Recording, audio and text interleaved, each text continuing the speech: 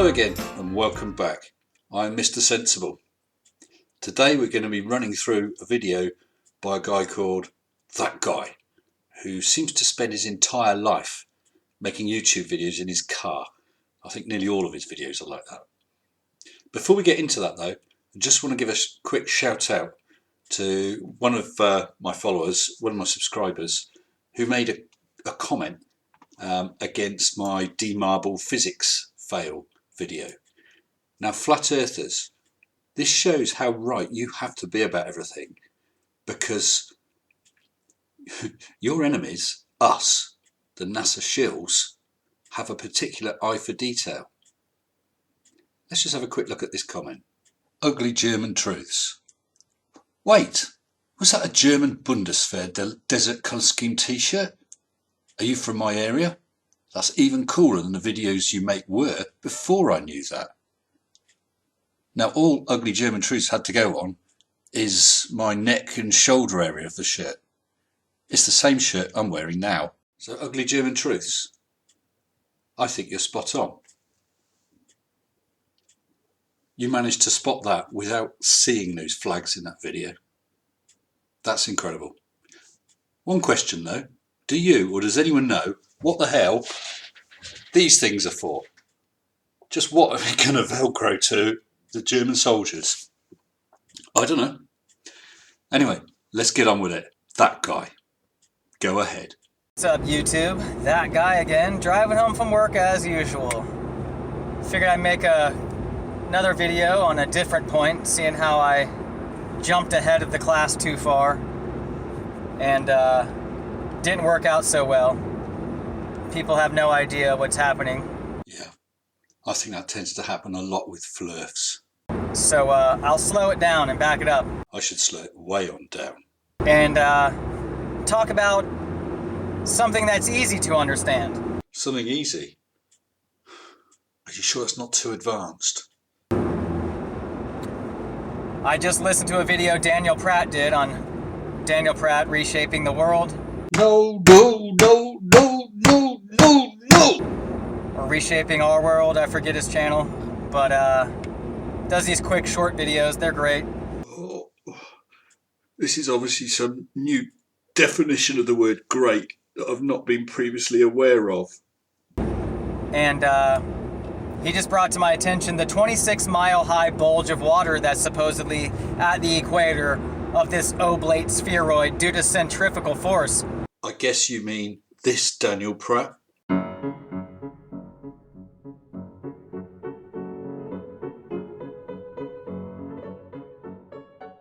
You shouldn't listen to him. He doesn't know what he's talking about. And actually, I don't think you do either. Because the rotating Earth, you know, 26-mile-high bulge of ocean. No. At the equator is what they're claiming. No,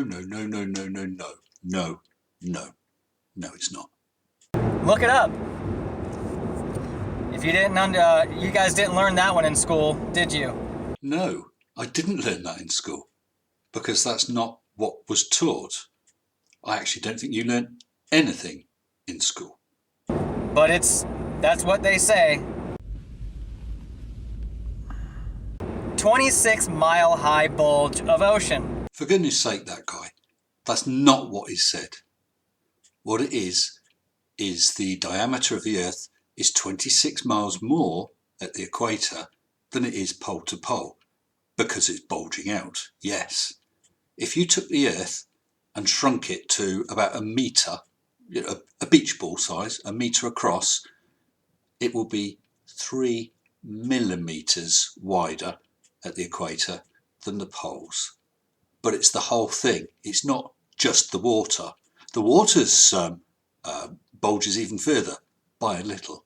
But we are talking about the shape of the planet. You've got your circle and a very slight squish. That's it. This is not hard. This is not rocket science. On the equator, Africa sits on the equator, and it's some of the lowest, flattest, driest land on Earth. Did the ocean dodge Africa? Does it go around Africa? Is it just the oceans that are bulging? So let me help you with a little illustration. Here we got Africa with an elephant, and we got the humongous 26-mile bulge that suddenly doesn't go around Africa. This is really what you think we're talking about? Gee. And then it like goes around the land? Yep. That's what you seriously think that we're talking about. Before you try and trash an idea, well, not an idea, before you try and trash facts, perhaps you ought to really find out what they actually are and try and gain a little understanding of what's being said. Then perhaps you won't look so foolish. Too late. Is that magnetic field that I don't know about that's pushing from the land or something? And has anybody measured this bulge? Yes, we have measured the shape of the Earth. Any pictures, images?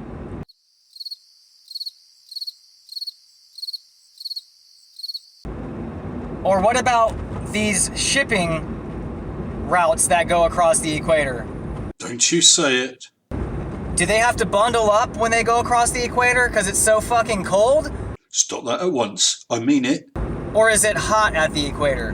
Because if you're 26 miles high, that's 6 times higher than Mount Everest, it's going to be freezing. You chuffing idiot.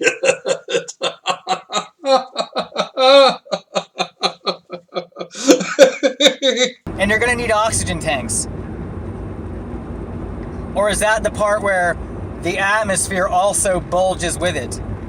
Is that the only place where the atmosphere follows the ground? The atmosphere is approximately 14.7 pounds per square inch everywhere at sea level. The coast of Africa, believe it or not, is just at sea level. Cunning, that. Because if I go up on top of a mountain, the air gets thinner and colder, and it's harder to breathe. So if I'm 26 miles high on a bulge of ocean, I shouldn't be able to breathe. Don't worry. I think mouth breathers will be okay. So I'd love to hear the input from the geniuses that tell me I'm an idiot. You're an idiot. I'll be waiting. And we're waiting for some evidence of a flat Earth. Thanks for the entertainment, that guy. Really appreciated. Anyway, that's it for today. As always, if you haven't already, please consider hitting the little ball in the corner and subscribing, and hit that notification bell. The Retarded Conspirator Cheese Awards will be launching in just a couple days' time, so please check that out. I'll leave a link in the description. And I look forward to seeing you all again. Until next time, stay sensible. Shut up and sit down.